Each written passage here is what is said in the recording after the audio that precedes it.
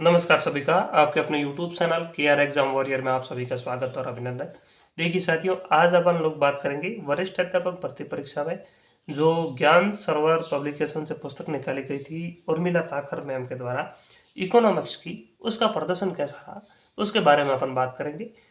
तो आप वीडियो में अंत तक जरूर बने रहिएगा। देखिए साथियों, अपन बात करें इकोनॉमिक्स की, तो इस बार 18 प्रश्न आए और 18 प्रश्न बहुत ही स्तरीय प्रश्न थे। तो इस पुस्तक का प्रदर्शन कैसा रहा इसके बारे में अपन बात करेंगे। देखिए, इस पुस्तक की अपन बात करें इंडेक्स की, तो लगभग 130 पेज में ये पुस्तक है। बहुत बड़ी पुस्तक नहीं है, ये बात आप मान के चलिए। लेकिन इस पुस्तक में मैं बात करूं तो लगभग 1% इस पुस्तक से बाहर गया है। बहुत ही शानदार प्रदर्शन इसका रहा है। लगभग 16-17% इस पुस्तक में से मिल रहे हैं। तो आप इस पुस्तक के साथ जा सकते हैं। यानी एक आपका प्रश्न था व्यक्तिगत अंक तालिका पूर्ति से संबंधित था, लेकिन मांग और पूर्ति में व्यक्तिगत अंक तालिका दोनों में एक ही तरीके से होती है। और यह आप यहाँ पर देख सकते हैं और स्पष्ट रूप से लिखा हुआ है किस तरीके से बनाई जाती हैं, क्या क्या होता है, ये इसमें लिखा हुआ था। यहाँ पर आप देख सकते हैं। फिर पूर्ति का भी एक प्रश्न था, मैं आपको आगे इसमें दिखा देता हूँ। आप पुस्तक भी देखते जाइए, आपको पता चल जाएगा किस तरीके का कंटेंट इसमें दिया हुआ है। और टॉपिक पूरा होने के बाद अभ्यास प्रश्न भी इसमें दिए हुए हैं। बाजार पूर्ति वक्र यहाँ पर आप देख सकते हैं किस तरीके से बनता है। व्यक्तिगत पूर्ति वक्र किस तरीके से बनता है, यहाँ पर स्पष्ट रूप से लिखा हुआ है। यहाँ यह प्रश्न था कि ये व्यक्तिगत फरमान पूर्ति वक्रों को क्षैतिज योग द्वारा प्राप्त किया जाता है, और उसमें क्षैतिज योग नहीं लिखा हुआ था, तो इसी वजह से वो प्रश्न गलत माना गया था, यानी कथन गलत था। यह प्रश्न यहाँ पर देख सकते हैं, काफ़ी अच्छा प्रश्न था। यह भी एक पूर्ति से संबंधित और भी था, मांग वगैरह, वो भी इसमें हो जाएगा। राष्ट्रीय आय का एक प्रश्न था, और वो भी यहाँ पर जो अवधारणाएं समझाई गई है इनमें से वो प्रश्न हल हो रहा था। क्योंकि देखिए, सीधी की सीधी लाइन तो कहीं से आने नहीं है, क्योंकि राष्ट्रीय आय में प्रश्न किसी तरीके से बनाया जा सकता है, और यहाँ से वो प्रश्न स्पष्ट रूप से मिल रहा है। मुद्रा का एक प्रश्न था, वो भी यहाँ पर आप देख सकते हैं। यहाँ से आराम से मुद्रा के कार्य वगैरह में से मिल रहा था। और एक था M3 में क्या क्या शामिल है, यहाँ पर लिखा हुआ है। M3 में M1 प्लस व्यापारिक बैंकों की सावधि जमाएं वगैरह, ये प्रश्न भी मिल रहा था। आगे देखें तो एक आध प्रश्न और था, repo rate, reverse repo rate वगैरह का, ये भी यहाँ से मिल रहा है। यानी रेपो रेट में वृद्धि कब होती है, कमी कैसे होती है, यहाँ पर और बहुत ही अच्छी तरीके से इस पुस्तक में समझाया गया है। यहाँ पर आप देख सकते हैं। फिर आगे और बात करते हैं अपन। देखिए, मुद्रास्फीति, तो मुद्रास्फीति का एक प्रश्न था, और वो लगभग इसमें मैं आपको दिखा देता हूँ। मुद्रास्फीति वाला भी लागत प्रेरित मांग प्रेरित मुद्रास्फीति यहाँ पर समझाई गई है। संरचनात्मक स्फीति वाला प्रश्न था। यहाँ पर देखिए, खाद्यान्न में कमी, संसाधन संतुलन, विदेशी विनिमय अवरोध, और यहाँ से वो प्रश्न सीधा सीधा आपके पेपर में आया था।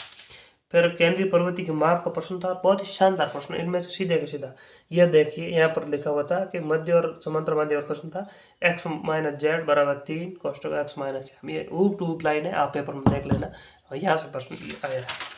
यानी इसमें अगर हम बात करें, केंद्रीय प्रवृत्ति के माप से 3 प्रश्न आए थे, और तीनों के तीनों इस पुस्तक में है। याद करना तो विद्यार्थी को है, किताब लिखने वाला बस लिख सकता है और कुछ नहीं कर सकता।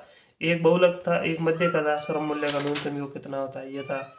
और बहुलक वाला देखे तो बहुलक यहाँ से प्रश्न हल हो रहा है सीधा का सीधा। और भी वे दूसरा प्रश्न मैं आपको दिखा देता हूँ, सारणी वाला भी। यानी बहुत ही अच्छा प्रदर्शन इस बुक का रहा। और आगे और भी प्रश्नों की बात करें, अर्थव्यवस्था के सतह से कोई प्रश्न था नहीं, सिलेबस में ऐड जरूर था।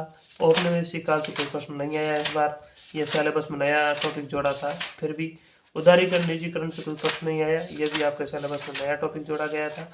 यानी नए टॉपिक से प्रश्न आया नहीं, जो पुराने टॉपिक था उस हिसाब से प्रश्न आए थे। निर्धनता का एक प्रश्न जरूर था। निर्धनता का प्रश्न यानी आसान प्रश्न था, बहुआयामी निर्धनता सूचकांक के बारे में था और किस तरीके से ज्ञात की जाती है, लेकिन वो इसमें लिखा हुआ है। अपने 3 प्रकार है, स्वास्थ्य, शिक्षा और जीवन स्तर। फिर आगे और बात करते हैं अपन बेरोजगारी। तो बेरोजगारी का एक प्रश्न था, संरचनात्मक बेरोजगारी का था, और वो अपन को यहाँ पर मिल जाएगा। ये बड़ा संरचनात्मक बेरोजगारी, ये प्रश्न यहाँ से आपको मिल जाएगा। फिर प्रश्न की बात करें, स्वास्थ्य संबंधित एक प्रश्न था और बहुत ही अच्छा प्रश्न बनाया था इन्होंने। और ये प्रश्न मैं आपको यहाँ पर दिखा देता हूँ। स्वास्थ्य वाला जो प्रश्न था,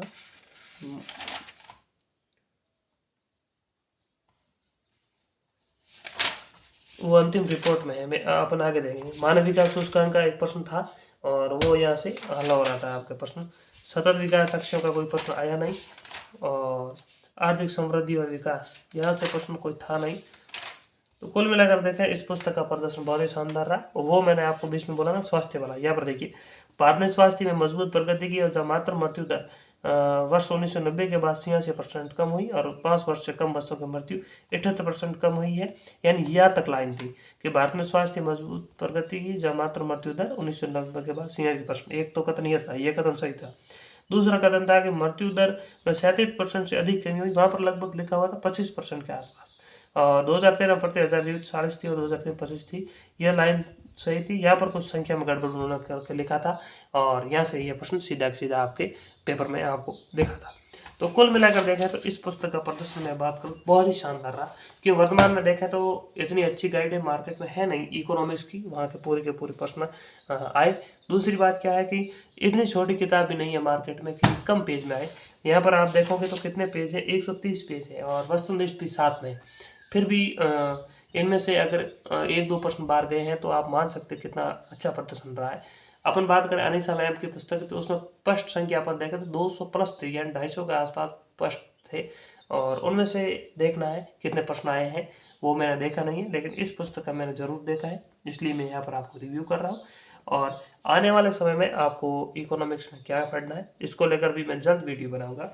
अगर आपके पास ये पुस्तक है तो आप इसी के साथ पढ़ते रहिएगा, क्योंकि इकोनॉमिक्स में अगर कोई आंकड़े वगैरह जोड़ेंगे तो परीक्षा जब आपकी आएगी नज़दीक या फिर वैकेंसी आएगी तब कोई गाइड आ जाएगी। और अगर इन्होंने निकाली तो मैं बता दूंगा कि ये गाइड आप पढ़ सकते हैं। लेकिन हाल फिलहाल की अगर अपन देखें प्रदर्शन की इकोनॉमिक्स में, तो इस पुस्तक का बहुत अच्छा प्रदर्शन रहा है। विद्यार्थी क्या है कि वर्तमान समय में आपको बता दूं, विद्यार्थी में अंधभक्ति ज़्यादा है। अगर किसी शिक्षक ने बोल दिया कि हमारे यहाँ से इतने प्रश्न आते हैं तो उसके पीछे भागते हैं, या फिर उस शिक्षक के खिलाफ किसी ने ये बता दिया कि उसकी पुस्तक में से बहुत ही कम प्रश्न आए तो फिर बताने वाले के पीछे पड़ जाते हैं और गालियाँ देते हैं। आपको अपना हित देखना है, पहले आपको खुद को नौकरी चाहिए, यानी पहले खुद का विकास करना है, फिर भविष्य का सोचना है। इसलिए वर्तमान में अगर देखें तो सभी के सभी मार्केटिंग में लगे हुए हैं, और चाहे कोचिंग संस्थान हो चाहे कोई कुछ भी हो, पहले अपना हित देखता है। इसलिए विद्यार्थियों को पहले इस बात का ध्यान रखना है कि किस पुस्तक में से अच्छे प्रश्न आ रहे हैं वही पढ़नी है। अंधभक्ति कोई जरूरी नहीं है, चाहे कोई कितने भी बड़ा शिक्षक क्यों ना हो, अगर उनकी पुस्तक में से प्रश्न नहीं आ रहे हैं तो आप उस पुस्तक को छोड़ सकते हैं। तो इसी को लेकर ये वीडियो था, रिव्यू वगैरह को लेकर। मिलेंगे अगली वीडियो में, तब तक के लिए धन्यवाद।